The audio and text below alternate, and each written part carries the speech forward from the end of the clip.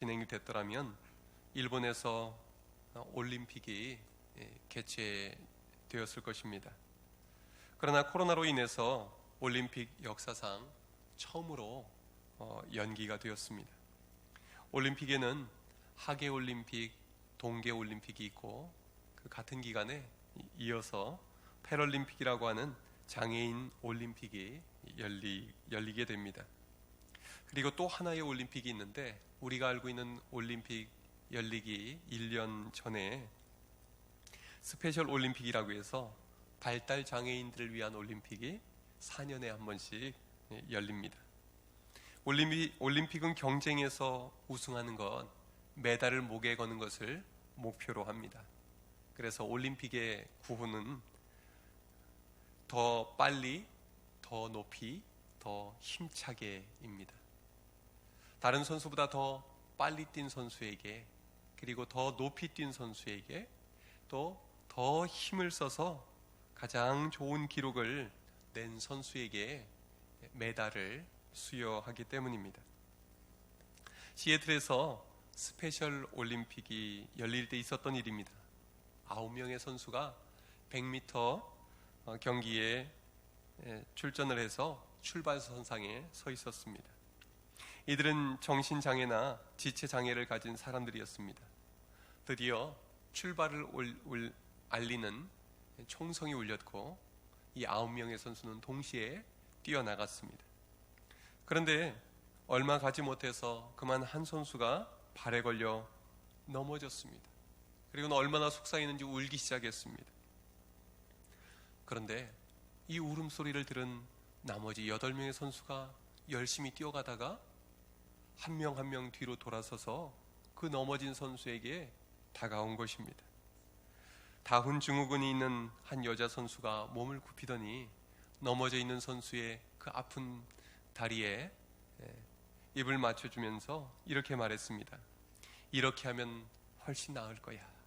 그러더니 이 8명의 선수가 이 넘어진 선수를 일으켜 세우고 다 같이 팔짱을 꼈습니다. 그리고 결승선까지 함께 걸어가서 동시에 통과했습니다. 이 모습을 바라보고 있던 관중들은 모두 다 일어나서 환호하면서 기립박수를 보냈습니다. 이 9명의 선수들은 서로 모르는 사이였습니다. 그러나 한 선수의 울음소리를 듣는 순간 그 마음이 하나가 되었습니다. 마치 한 식구가 된 것처럼 일으켜주고 함께 결승선을 통과한 것입니다. 이렇게 서로가 하나가 될 때 한 선수의 실패를 도리어 모든 선수들이 승리자가 되는 기회로 바꿀 수 있었던 것입니다. 오늘 본문 말씀에는 엘리야 선지자와 가난한 여인과 그 아들의 이야기가 나옵니다. 이 시기는 극심한 가난에 시달리던 시기였습니다. 엘리야가 살고 있던 이스라엘 땅에도 가뭄이 심했고 이 여인과 또 아들이 살고 있던 사르밧, 페니키아 지역에도 가뭄이 극심했습니다. 각각 살아남기에도 쉽지 않은 이 시기에 하나님은 함께 만나서 함께 가뭄을 이겨내게 하셨습니다. 가뭄의 때에 도리어 풍족하게 먹이시는 하나님의 살아계심을 경험하게 하셨습니다. 요즘 코로나 사태와 그리고 또 집중호우로 인해서 또 무더위까지 겹쳐서 온 나라가 어려움을 겪고 있습니다. 이러한 때에 우리는 어떻게 이 어려운 시기를 잘 이겨낼 수 있을까요? 오늘 본문을 통해서 고난을 이겨내게 하시는 하나님의 방법을 살펴보겠습니다. 첫 번째로 하나님께서 엘리야를 먹이시는 방법을 살펴보겠습니다. 하나님은 엘리야를 어떻게 먹이십니까? 말씀으로 먹이십니다. 17장에서 엘리야는 가뭄 속에서도 굶주리지 않았습니다. 그가 먹을 것을 많이 쌓아놓았기 때문이 아닙니다. 엘리야를 아는 사람들이 먹을 것을 갖다 주었기 때문도 아닙니다. 신기한 방법으로 엘리야는 음식을 공급받습니다. 엘리야가 아합에게 여호와 하나님의 이름으로 수년 동안 가뭄이 임할 것을 예언한 뒤에 여호와의 말씀이 엘리야에게 임합니다. 너는 여기서 떠나 동쪽으로 가서 요단 앞 그리 시냇가에 숨어라. 그리고 그 시냇물을 마셔라. 그러면 내가 까마귀들을 통해서 너에게 먹을 것을 공급해 주겠다. 그렇게 말씀하십니다. 까마귀는 야생동물입니다. 길들여진 동물이 아니기 때문에 사람에게 먹을 것을 갖다 주는 동물이 아닙니다. 그럼에도 불구하고 엘리야는 하나님의 말씀을 믿고 순종했습니다. 그는 그리 시냇가에 가서 숨었습니다. 마실 물은 가까이에 있었지만 먹을 것은 전혀 없었습니다. 그런데 아침 저녁으로 신기한 일이 벌어졌습니다. 까마귀들이 떡과 고기를 가져다 주는 것입니다. 하나님 말씀대로 되었습니다. 누가복음 12장 24절에서 예수님은 이렇게 말씀하셨습니다. 까마귀를 생각하라. 심지도 아니하고 거두지도 아니하며 골방도 없고 창고도 없으되 하나님이 기르시나니 너희는 새보다 얼마나 더 귀하냐. 까마귀도 먹이시는 하나님께서 까마귀를 통해서 엘리야를 먹이신 것입니다. 엘리야가 하나님의 말씀에 순종할 때 하나님은 까마귀들이 하나님의 말씀에 순종해서 엘리야에게 먹을 것을 공급하게 하신 것입니다. 말씀으로 천지를 창조하신 하나님은 항상 말씀을 먼저 주십니다. 그리고 그 말씀에 믿음으로 순종하는 자에게 기적과 같은 응답의 역사를 주십니다. 이것이 바로 하나님께서 성경에서 일하시는 방법입니다. 땅에 비가 내리지 않자 얼마 후에 시냇물이 마르게 됩니다. 더 이상 마실 물이 없어졌습니다. 그때 여호와의 말씀이 다시 엘리야 선지자에게 임합니다. 9절 말씀을 함께 읽겠습니다. 시작. 너는 일어나 시돈에 속한 사르밧으로 가서 거기 머물라. 내가 그곳 과부에게 명령하여 내게 음식을 주게 하였느니라. 이번에 엘리야에게 임한 말씀도 순종하기 쉬운 말씀은 아니었습니다. 당시 사르밧은 엘리야가 살던 이스라엘 나라 땅이 아니었습니다. 이방 땅인 두로와 시돈 사이에 있는 작은 지역이었습니다. 그것은 페니키아라고 불리는 지역이었는데 그것은 하나님을 섬기는 땅이 아니라 바알신을 섬기는 본거지였습니다. 이스라엘 사람인 엘리야에게 아는 사람 하나 없는 이국 땅이었던 것입니다. 게다가 엘리야에게 머물라고 하신 그 집은 넉넉한 부잣집이 아니고 가난한 과부의 집이었습니다. 요즘도 남편을 일찍 사별하고 혼자 자녀를 키우는 일은 쉬운 일이 아닙니다. 하지만 이 당시에는 과부는 상속권도 없고 안정된 일자리를 구할 수 없는 그런 시대 상황이었습니다. 그렇기 때문에 과부는 사회에서 최고의 빈곤층에 해당됐습니다. 그 삶은 곤궁하고 비참했습니다. 자신과 아들도 먹고 살기 버거운 이 가정을 통해서 하나님은 엘리야에게 먹을 것을 공급해 주시겠다고 약속을 하십니다. 엘리야는 한편으로 하나님이 너무하신다 생각했을 것입니다. 그러나 그는 하나님의 말씀대로 까마귀를 통해서 음식을 공급받은 신비한 체험을 이미 했습니다. 그래서 그는 하나님께서 말씀대로 이루실 것이다 하는 믿음을 가지고 순종한 것입니다. 사르밧 성문에 이를 때에 한 과부가 나뭇가지를 줍고 있었습니다. 성문은 짐을 실어 나르는 수레가 들어가고 나오는 곳입니다. 나무를 실은 수레가 덜컹거리면서 나뭇가지가 간혹 떨어질 때가 있었습니다. 집안에 땔감을 구해올 만한 남자가, 성인 남자가 없는 상황이었기 때문에 이 과부는 궁여지책으로 수레에서 떨어진 나무 부스러기를 줍기 위해서 그곳을 지키고 있었던 것입니다. 이 여인을 본 순간 엘리야는 하나님이 말씀하신 그 과부라는 사실을 금방 알아챌 수가 있었습니다. 그녀에게 엘리야는 물을 조금 갖다 달라고 요청합니다. 여인이 물을 가지러 가는데 엘리야가 불러 세워서 또 말합니다. 청하건대 내 손에 떡 한 조각을 내게로 가져오라. 물 가져올 때 떡 한 덩이도 같이 갖다 주시오. 그렇게 부탁을 한 것이죠. 그런데 여러분, 엘리야가 이 부탁을 하는 것이 얼마나 어려운 일이었겠습니까? 제대로 먹지 못해서 금방 쓰러질 것 같은 이 여인에게 그 형편을 생각하면 절대로 요구할 수 없었을 것입니다. 그럼에도 불구하고 그는 떡 한 조각을 갖다 달라고 요청합니다. 하나님의 말씀에 대한 믿음이 있었기 때문입니다. 그리시네가이에서 말씀대로 먹이신 하나님이 이번에도 이 가난한 여인을 통해서 나를 먹이실 수 있다는 믿음을 가지고 그는 요구했던 것입니다. 하나님께서 종종 우리를 이해할 수 없는 상황 속으로 이끄실 때가 있습니다.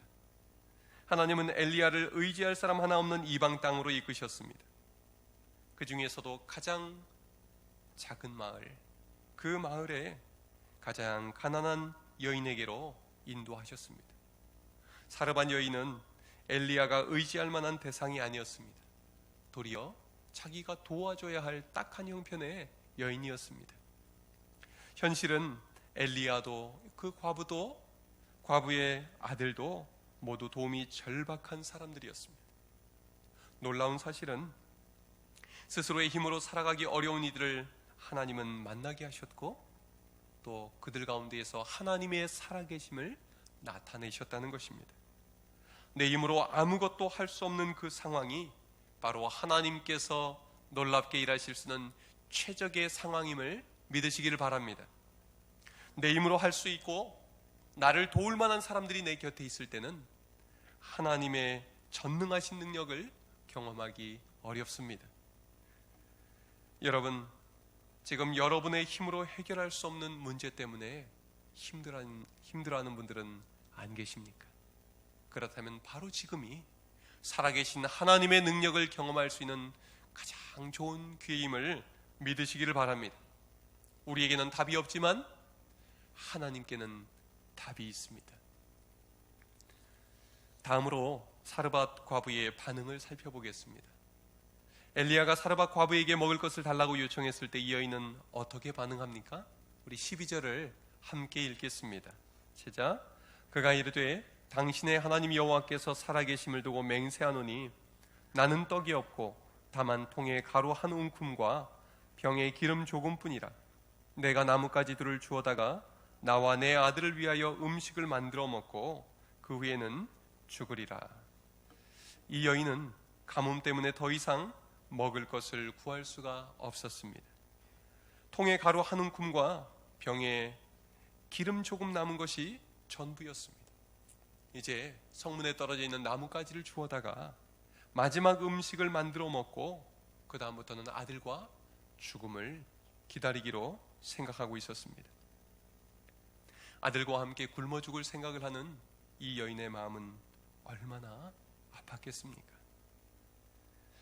그런데 웬 낯선 이스라엘 남자가 나타나서는 먹을 것을 달라는 것입니다. 이제 남은 밀가루 한 움큼을 가지고 요리해서 아들 먹이고 그 다음에는 굶어 죽을 수밖에 없겠다, 그런 생각을 하고 있는데 음식을 내놓으라는 이 남자가 얼마나 야속했겠습니까? 여러분 같으면 아들을 먹일 마지막 그 음식을 대접할 수 있겠습니까? 저 같았으면 그렇게 못했을 것 같습니다. 마지막으로 그 음식을 자식 먹이려 했을 것 같습니다. 그런데 이때 엘리야가 말합니다. 우리 13절 14절을 또 읽겠습니다. 시작. 엘리야가 그에게 이르되 두려워하지 말고 가서 내 말대로 하려니와 먼저 그것으로 나를 위하여 작은 떡 한 개를 만들어 내게로 가져오고 그 위에 너와 내 아들을 위하여 만들라. 이스라엘의 하나님 여호와의 말씀이 나 여호와가 비를 지면에 내리는 날까지 그 통의 가루가 떨어지지 아니하고 그 병의 기름이 없어지지 아니하리라 하셨느니라. 아멘. 엘리야는 이 여인에게 먹을 것을 공급해 주는 대신에 하나님의 말씀을 전해 주었습니다. 이스라엘의 하나님 여호와께서 비를 내리시는 날까지 그 통의 가루가 떨어지지 아니할 것이다. 그 병의 기름이 없어지지 아니할 것이다. 하나님은 이 여인에게 하나님의 약속의 말씀을 전해주라고 보냄받았던 것입니다. 이 말씀의 여인은 어떻게 반응합니까? 믿음으로 순종합니다. 우리 15절 16절을 또 읽겠습니다. 시작. 그가 가서 엘리야의 말대로 하였더니 그와 엘리야와 그의 식구가 여러 날 먹었으나 여호와께서 엘리야를 통하여 하신 말씀같이 통의 가루가 떨어지지 아니하고 병의 기름이 없어지지 아니하니라. 여인의 반응이 놀랍습니다. 하나님의 주신 약속의 말씀을 듣고 가서 그대로 순종합니다. 마지막 남은 그 음식을 엘리야 선지자에게 대접하는 믿음의 결단을 한 것입니다. 만일 이 여인이 하나님의 말씀에 순종하지 않고 그 마지막 음식을 아들 먹이고 남은 거 자기 먹고 끝났다면 어떻게 됐을까요? 아마도 며칠 뒤에 이 여인과 그 아들은 굶어 죽은 채로 발견되었을 것입니다.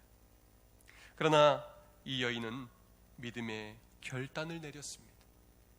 하나님의 말씀에, 그 약속의 말씀을 믿고 그 말씀에 순종하여 먼저 대접했습니다. 하나님이 밀가루와 기름이 떨어지지 아니하도록 공급해 주시겠다는 그 말씀을 믿은 것입니다. 이 여인의 믿음의 결단이 자신도 살리고 아들도 살리고 그리고 찾아온 엘리야 선지자도 살렸습니다. 하나님은 순종의 믿음에 기적으로 응답하신 것입니다. 일본의 신학자였던 우찌무라 간조는 기독교는 기적의 종교라고 말했습니다. 기독교는 기적이다. 성경에서 만일 기적을 제외한다면 성경은 표지 2장만 남을 것이다. 그렇게 말했습니다. 성경의 앞표지, 뒷표지 2장을 빼고 나면 그 안에 들어있는 모든 이야기는 하나님이 일으키신 기적의 이야기라는 것입니다. 태초에 하나님이 천지를 창조하시니라. 아무것도 없는 곳에서 이 온 우주 만물을 만들어내신 그 자체가, 말씀으로 행하신 그 일 자체가 기적 아닙니까? 성경의 마지막 말씀은 무엇입니까? 새하늘과 새 땅이 이 땅에 임하게 되리라고 말씀하고 있습니다. 그 또한 기적이 아니겠습니까? 그 외에도 성경의 구약에도 기적의 이야기가 가득합니다. 10가지 재앙과 홍해를 가르치고 출애굽시키신 이야기, 그리고 광야로 인도하셔서 먹이신 이야기, 예수님이 이 땅에 오셔서 행하신 수많은 기적들, 가장 큰 기적은 십자가에 달려 죽으신 예수 그리스도께서 사흘 만에 다시 살아난 일이 아니겠습니까? 성경 전체는 하나님이 행하신 기적의 이야기입니다. 그런데 기적은 언제 일어날까요? 영국의 웨스트민스터 사원에는 정면에 이런 구호가 붙어 있다고 합니다. 하나님을 위하여 위대한 일을 기대하라. 하나님이 위대한 일을 행하실 것을 믿고 말씀에 순종하는 자에게 하나님은 기적의 응답을 주시는 것입니다. 이 여인의 모습은 이스라엘 왕 아합과 대조적인 모습을 보여줍니다. 이 여인은 바알신을 섬기는 본거지에 살고 있었습니다. 하지만 하나님의 말씀을 들었을 때 바알 대신 하나님을 믿기로 선택했습니다. 그리고 하나님의 약속의 말씀에 이 여인은 순종합니다. 그리고 그 말씀은 그대로 이루어집니다. 이 믿음이 아들과 자신과 엘리야 모두를 살려냈습니다. 반면 아합 왕은 어떻습니까? 하나님을 섬기는 이스라엘 나라의 왕이었습니다. 하지만 바알신을 섬기는 두로 왕의 딸 이세벨을 아내로 맞이하면서 그는 하나님 대신 바알신을 섬겼습니다. 당시 바알신은 비를 내려주고 풍요와 번영을 주관하는 신으로 숭배되었습니다. 아합은 살아계신 하나님 대신에 번영과 풍요를 가져다 준다는 이 우상 바알신을 선택한 것입니다. 아합은 믿음의 순종 대신에 먹고 사는 문제, 눈에 보이는 번영과 성공을 선택한 것입니다. 아방이 천지를 창조하신 여호와 하나님 대신 바알신을 선택한 결과는 무엇이었습니까? 가뭄과 기근이었습니다. 하나님이 이스라엘 땅에 수년 동안 가뭄을 내리심으로 바알신은 거짓 우상에 불과하고 하나님만이 참신이심을 보여주셨습니다. 그러나 아방은 하나님께 돌아오지 않고 그 아내 이세벨과 함께 끝까지 바알신을 섬기다가 온 집안이 불행한 최후를 맞이하게 됩니다. 그리고 온 이스라엘 백성들이 가뭄에 시달리고 다 고생을 하고 우상을 섬기는 일에 빠지게 만들었습니다. 오늘 본문은 혈통이 중요한 것이 아니라, 다른 그 무엇이 중요한 것이 아니라 믿음이 중요함을 가르쳐 줍니다. 하나님이 택하신 이스라엘 나라의 왕이라 해도 불순종과 불신앙으로 반응할 때 하나님의 심판을 받았습니다. 그러나 가난하고 미천한 이방 여인에 불과했던 이 사르밧 과부는 믿음의 결단으로 하나님의 은혜를 입고 살아계신 하나님을 경험하게 됩니다. 여러분, 하나님은 한 가지만을 보십니다. 그것은 믿음입니다. 이스라엘 사람인지 이방 사람인지 중요하지 않습니다. 많이 배운 사람인지 배우지 못한 사람인지 중요하지 않습니다. 그가 부자인지 가난한지도 중요하지 않습니다. 세상에 가장 큰 힘을 가진 왕의 권력을 가졌는지 미천한 평민인지 중요하지 않습니다. 하나님은 오직 하나님을 향한 믿음만을 보십니다. 여리고의 기생 라합도 오직 믿음으로 구원받았습니다. 이방 여인인 모압 여인 룻도 오직 믿음으로 하나님의 백성이 되었습니다. 하나님은 믿음으로 순종하는 자에게 놀라운 복을 내려주셨습니다. 하나님은 이러한 은혜를 베풀어 주시려고 사르밧 과부에게 엘리야 선지자를 보내주셨습니다. 여러분, 상황이 어려울수록 하나님의 말씀에 믿음으로 반응하시기를 바랍니다. 혹시나 여러분들 중에 사르밧 과부처럼 먹고 사는 문제 때문에 힘들어하는 분들 안 계십니까? 먹고 사는 문제가 너무너무 절실하게 느껴지는 분들일수록 하나님의 말씀을 먼저 붙잡으시기를 바랍니다.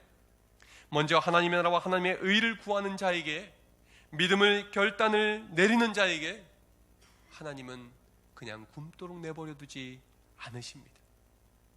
가뭄이 끝나는 그날까지 먹을 것이 떨어지지 않게 하시고 도리어 풍족하게 먹게 하신 하나님께서 믿음의 결단을 하는 여러분들에게 책임져 주실 줄로 믿습니다.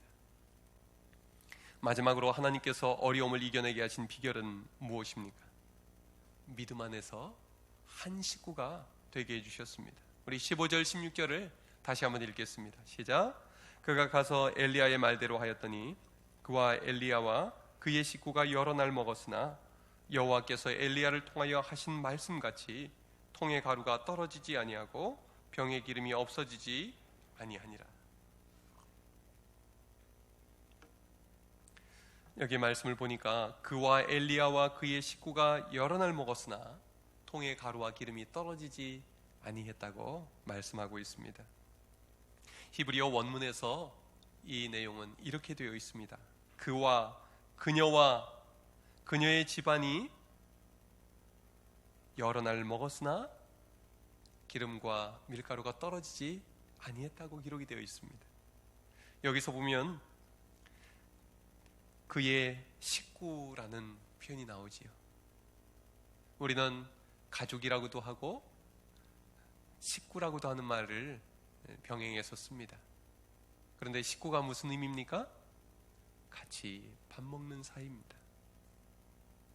가족은 떨어져서 지내는 경우도 종종 있습니다. 그러나 식구는 어떻습니까?